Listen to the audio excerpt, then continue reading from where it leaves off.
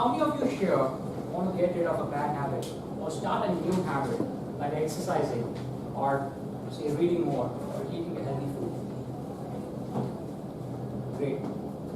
Most people often fail to change their habits because they believe it's all about willpower without understanding the true nature of habit and how to change it. Alan Harper was one such person. He was overweight, he was clinically depressed, he was unemployed, and he was addicted to alcohol and smoking, which actually led to his divorce. To make matters worse, he had a debt of $10,000 without any means of repaying it. He had absolutely nothing going for him in his life. He had a few burning questions. How can I get rid of my destructive habits? And how can I replace them with more constructive ones? And most importantly, will I be able to do that?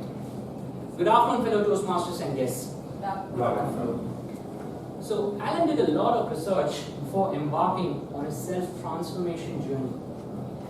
During the course of his research, he uncovered a few interesting facts about habits. Habits are choices that we continue to make without thinking. We may think that we are making decisions all the time, but then 40 to 45% of our actions are habits-led. For instance, do you think about changing the gears when you're driving a car or your bike? Or when you get up in the morning to brush your teeth? Do you really think about brushing your teeth? No, you do that automatically. Now, habits are formed because our brain constantly thinks about automating activities that we do to save effort so that we spend that effort on critical thinking. Right? And without habits, right, what exactly happens is we tend to make decisions on all the activities in our lives, which is more taxing and energy sapping. Now, habit has three important parts: a cue, a routine, and a reward, which is known as the habit loop. A cue is a trigger which tells the brain which habits to use and puts it into an automatic mode. Then a routine is the act of the habit. This can be physical, mental, or emotional. And then the reward is the result of the routine which reinforces the habit. Let me give you an example. Let us take brushing your teeth. The cue would be bad breath. The routine would be brushing your teeth. The reward would be shiny white teeth and a nice tingling sensation of menthol in your mouth. So, in case of Alan, the cue was he was depressed. The routine was he took to smoking and alcohol, and the reward was the temporary relief that he got, which made him form his habit loop. So, during the course of his research, Alan also learned another important component of habit, which is craving. Craving is nothing but the anticipation of the reward when you encounter the cue, even before you get the reward. This craving pushes you to do the routine, which in turn seeks you to go after the reward. In the case of Alan, his craving pushed him to smoking and alcohol addiction, which made him lose control over his behavior. Now that he learned a great deal about habit, how to form habits, how it worked, Alan had a clear path on how to implement these habits.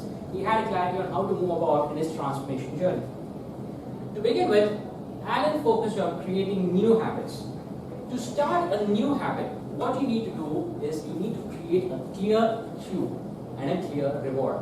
And when you encounter the cue, you have to mentally crave for the reward. In the case of Alan, Alan wanted to run. So what he did was, he put his running shoes right next to his bed, which was the cue. Then, he set a reward, which is like a snack at the end of his running routine. Then, when he encountered the cue, when he saw his shoe, he automatically craved for the reward, which helped him drive the routine. Now, coming to his old habits, Alan learned that old habits are extremely difficult to get rid of or eliminate. For some reason, even after a long time, a small cue can trigger your habits back. And that is one of the main reasons as to why the alcoholics and smokers tend to fall off the wagon after just smelling, say, smoke of a cigarette or tasting a little bit of alcohol.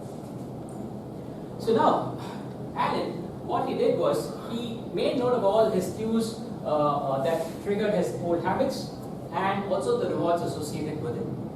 So whenever he encountered a cue, like whenever he was depressed, which made him to take alcohol and smoking, he tried changing the routine.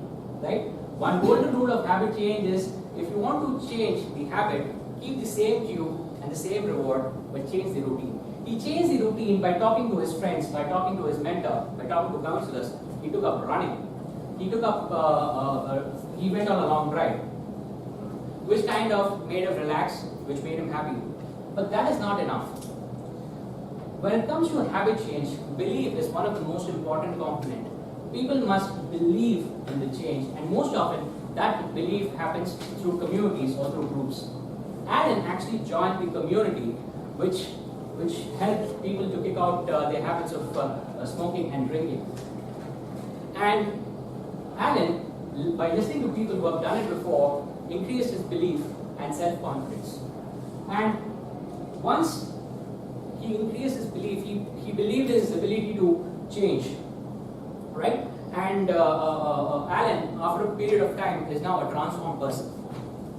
So this was Alan Harper before, and this is Alan Harper now. The difference between what he was and what he is today is what he did. That is the power of habit, ladies and gentlemen. It can make you, it can break you. So choose your habits wisely and take care of them. It will take care of you. Thank you.